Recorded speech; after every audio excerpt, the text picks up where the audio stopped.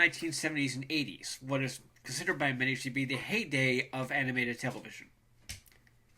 Yes, I'm old, shut up.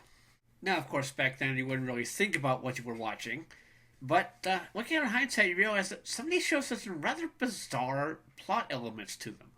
One of these shows is Scooby-Doo, Where Are You?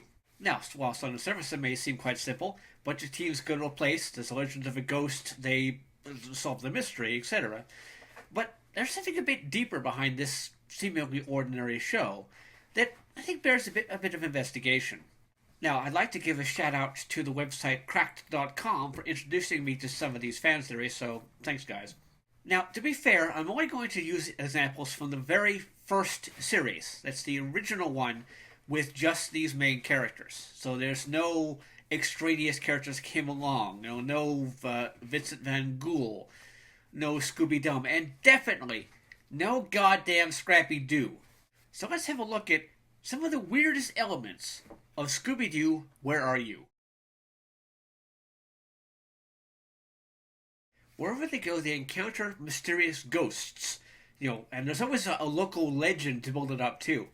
Question is, why doesn't everyone simply just accept the existence of ghosts? I mean, there's usually a little or no local police, and if they are, they're usually in on the plot. And for time they go, they say, there's a story about this guy who used to be a pirate, and now his ghost haunts this area. And that they come in and they solve it, and turn out it's just a guy in the mask. Yet, if there's so many stories around the continental United States that these kids saw week after week after week, why does everyone not only believe in ghosts, but be so willing to accept the existence that these might be actual ghosts? What is it with some of these plots? The basic idea is that there's something going on, like the person might be dressed up as a pirate or a spaceman or great Uncle Agnes or whatever, and they're doing this to scare people away and find the buried treasure or con a old guy out of his will, or maybe just find a place for criminals to hide out until they can escape the country. But what's the point? Considering some of the most amazingly elaborate plots and circumstances that some of these people make, why don't they just turn this towards, something legal? If you've got, for example, the ability to develop a highly convincing mask and disguise yourself as a ghost or whatever, why not become an actor or a director or a writer? They put so much effort into this stuff, and are always caught in the end anyway, so why put all this effort into doing stuff that's illegal when you could turn it much more easily into something that's legal?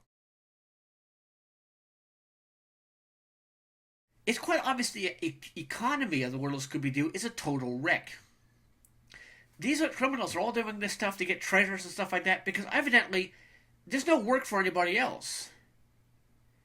I mean, there's all sorts of real estate scams, crime is rampant, society's broken down to the point where even the newspapers are willing to accept the existence of ghosts because the only thing that seems to make any sense to them when everything else is just crumbling.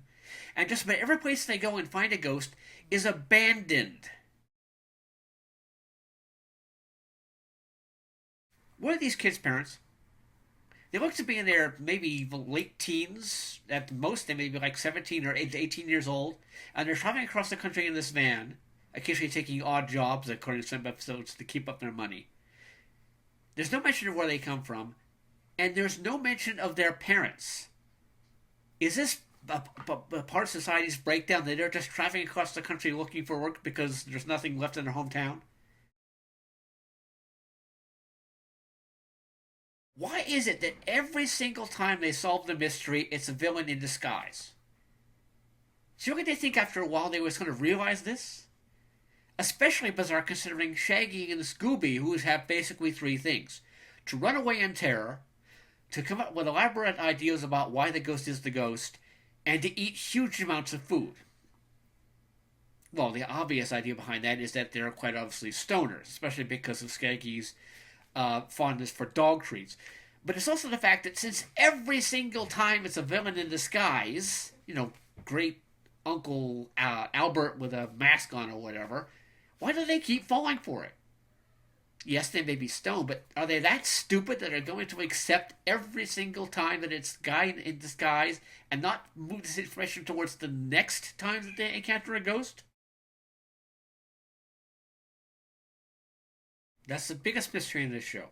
Ghosts, wrecked economies, elaborate plots, none of that matters in comparison to the biggest mystery of the show, and the one they never bothered to try to figure out. How can Scooby talk? It's a talking dog. This is not normal, people. Maybe that's why people are so willing to accept the existence of the apparent supernatural when these people are traveling around with a goddamn talking dog.